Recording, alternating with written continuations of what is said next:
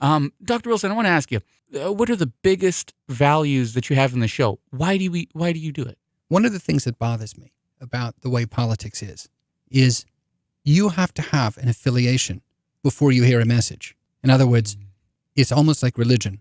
If you have a certain affiliation, you go into this building in religion and they give you certain messages. If you declare another affiliation, you go into another building and they give you different messages. Politics shouldn't be like that. It shouldn't be that you are pro-Trump or you are anti-Trump, and based upon that, you're going to go and get those sort of messages. What I wanted to do was to show that politics could be done sort of like professors do it in a classroom, where what we're doing is looking at a broader picture, looking at it from a systemic level, looking at it from the standpoint of political cycle. This party comes in, that party comes in, there's been this president, there's been that president, there's been some other president, putting it into perspective, and therefore just calling the game and not trying to say that you're pro or anti whatever these administrations are doing.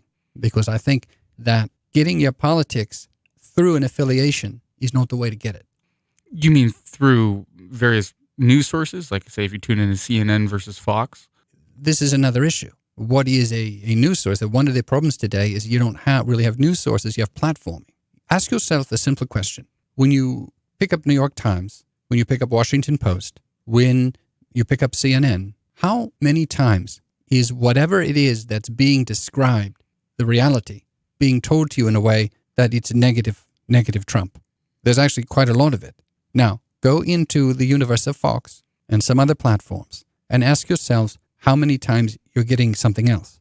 And it seems to me that we kind of have platforms based upon loyalties, based upon the way that this reality would suit an anti-Trump universe or the way it would suit a pro-Trump universe. And it's fundamentally this that I'm against. Somebody needs to be a parent. Somebody's got to be in the room to say, this is the way that these people are seeing it, and this is the way that these other people are seeing it.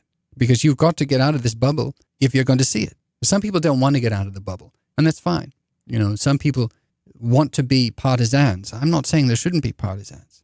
There are soldiers in life. If you want to be a soldier, that's fine. I'm not against that.